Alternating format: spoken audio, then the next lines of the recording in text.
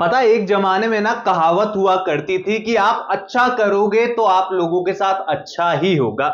लेकिन रियलिटी ये है कि रियल लाइफ हो चाहे टीवी सीरियल, आप अच्छा करने जाओगे ना तो 100% पहले ही जाओगे। अब सीरियल ओ मेरे हमनवा तुम देना साथ मेरा के अंदर ना दोनों मुख्य अदाकार और अदाकारा जो हैं एक दूसरे का और दुनिया जहान का भला करने के चक्कर में लगातार सिर्फ परेशानियां ही झेले जा रहे हैं। और सीरियल एक ऐसी दुनिया में चल रहा है जहां पर मानो समाज के पास कोई दूसरा काम ही ना हो, उनके लिए हमेशा का टॉपिक जो है एक छोटी सी कॉलोनी में रहने वाला छोटा सा अपराजिता का परिवार है।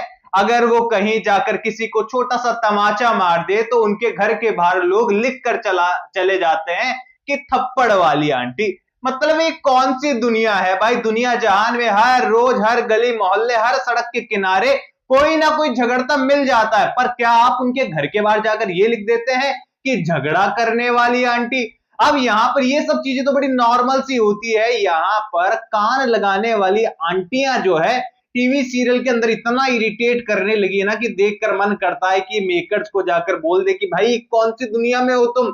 आज सोशल मीडिया के जमाने में लोग ट्रोलिंग को भी पीछे छोड़ चुके हैं कि लोगों को ऐसा लगता है कि ये तो ट्रेंड बन चुका है, किसी का क्या मजाक उड़ाना।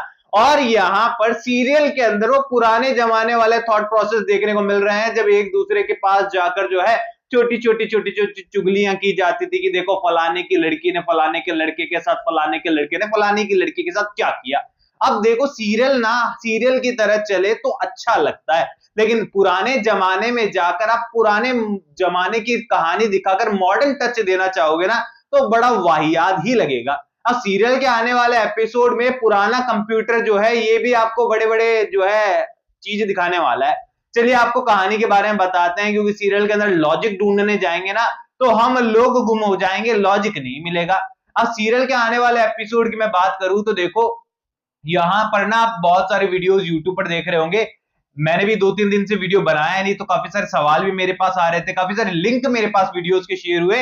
एंड वहां पर जगह जगह पर मतलब तगड़ी तगड़ी थ्योरी चल रही है भाई कि यहां पर अरविंद की पहली पत्नी लौट आएगी, अरविंद का पुराना रिश्ता अपराजिता से निकल आएगा। अब यहां पर कई कई लेजेंडरी लोगों ने तो बता दिया कि अपराजिता अरविंद की बेटी है। अरे बेवकूफों, अगर अपराजिता अरविंद की बेटी निकली तो रक्षित की बहन बन जाएगी, बहन बन जाएगी तो लव स्टोरी कहां जाएगी? लव स्टोरी नहीं होगी तो सीरियल का टाइटल का हम क्या करेंगे? ओ मेरे हमनवा तुम राखी बांध देना। अब यहाँ सीरियल के अंदर जो है आने वाले एपिसोड में सारा ड्रामा आपको इसीलिए देखने को मिल रहा है कि हमारी अपराजिता का शक जो है वो रक्षित के भाई पर जाए, रक्षित के भाई पर शक जाए तो यहाँ पर कलेश की स्थिति उत्पन्न हो। अब देखो यहाँ पर टीवी सीरियल का ना इतिहास हमेशा से रहा है कि स्टार्टिंग जब होती है ना, स्टार्टिंग के कुछ महीने सीरियल एकदम नेक्स्ट लेवल चलता है, एकदम शानदार चलता है। अब इसका एक परफेक्ट एग्जांपल जो है ओ मेरे हमनवा तुम देना साथ मेरा के आगे पीछे की टाइमिंग पर एक सीरियल आता है मिस्टर एंड मिसेस परशुराम। मतलब इंडियन टेलीविजन में मुझे कोई कहेगा ना कि मोस्ट वाहियात सीरियल का अवार्ड किसे दोगे तो वो मैं परशुराम सीरियल को देकर आ जाऊंगा। अब देखो बात निकल गई है तो थोड़ी सी चर्चा कर लेते हैं, क्योंकि आप में से बहुत सारे लोग वो सीरियल देखते होंगे। अब उस सीरियल के अंदर ना सबसे बड़ा गधा पता है कौन है? खुद परशुराम है, क्योंकि उसकी खुद की वाइफ जो है वो 10 साल से अंडरकवर एजेंट बनकर काम कर रही है और वो खुद स्पेशल ब्रांच का ऑफिसर होने के बाद ये नहीं पता लगा पाया कि उसकी वाइफ भी यहाँ पर स्पेशल ऑफिसर है या फिर आईपीएस या आईएएस ऑफिसर है। तो यहाँ पर बाकी लोग तो बेवकूफ थे, लेकिन सबसे बड़ा बेवकूफ कौन है? खुद परशुराम।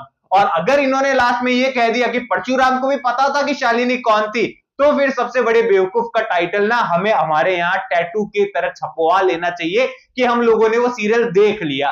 वेल कभी डिटेल में बात करेंगे उस सीरियल के बारे में। नील भट्ट को तो मैं हाथ जोड़कर मतलब सैल्यूट ही करना चाहूंगा कि इतने कमाल के एक्टर होने के बाद उन्होंने प्रोड्यूसर को रोका क्यों नहीं, उसकी कॉलर क्यों नहीं पकड़ी कि भाई स्टोरी में कुछ तो दिखा दे, परेशान हो गया हूं मैं।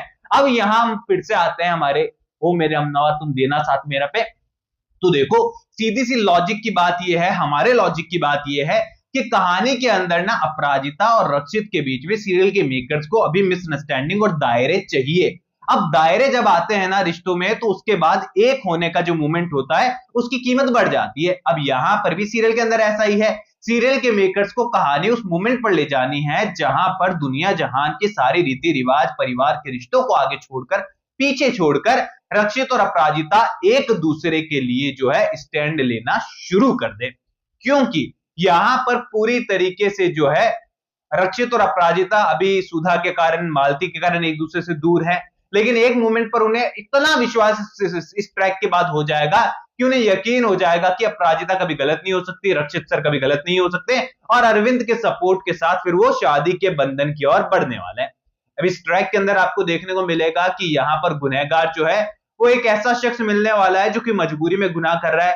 अब डेफिनेटली यहाँ पर दुबे जी और रक्षित के भाई के अलावा ये कौन ही हो सकता है, और यहाँ पर जहां तक उम्मीद है रक्षित के भाई को ही दिखाया गया है जितनी क्विकली स्टोरी आगे बढ़ रही है। और यहाँ पर एक इंपॉर्टेंट रीजन जो है इस तरीके का हमें देखने को मिल सकता है कि रक्षित के भाई की जो वाइफ है, जो उसकी अपोनेंट है, वो यहाँ पर उसे उसकी बेटी से नहीं मिलने दे रही है, और इससे बड़ा उनको क्या ही चीज चाहिए अगर वो बेटी से दूर होने के चक्कर में छोटा सा घाटा खा ले, रक्षित की कंपनी को थोड़ा सा बदनाम कर टेंडर उनकी कंपनी को दिला दे, तो अपनी बेटी से बढ़कर तो ये कुछ पैसे और टेंडर है नहीं। और यही कुछ इमोशनल रीजंस के साथ कहानी हमारे सामने आ सकती है, जहां पर पहले अपराजिता को गलत ठहरा दिया जाएगा, लेकिन बाद में फिर अपराजिता जब सही ठहरा दी जाएगी तो उसका शायद ही 3 महीने का अल्टीमेटम जो है वो भी कैंसिल होते हुए नजर आएगा। अब 3 महीने ना किसी भी तरीके से जो है कम नहीं होते हैं। सीरियल के अंदर तो पहले ही एपिसोड में लव स्टोरी की शुरुआत हो जाती है, हीरो को हीरोइन को देखते ही प्यार हो जाता है, और यहाँ तो उन्होंने 3 महीने का कॉन्ट्रैक्ट दिखा दिया है। तो यहाँ पर आप लोग आने वाले एपिसोड के लिए कितने एक्साइटेड हो, मुझे कमेंट सेक्शन में बताओ। कोई भी सवाल है तो शेयर कर सकते हो, सपोर्ट कर सकते हो, इंस्टाग्राम पर भी लिंक डिस्क्रिप्शन में यूजर नेम नजर आ रहा है, सब्सक्राइब कर दीजिए चैनल को। मैं मिलूंगा आप सभी लोगों से अगले वीडियो में, जब तक के लिए बहुत बहुत धन्यवाद।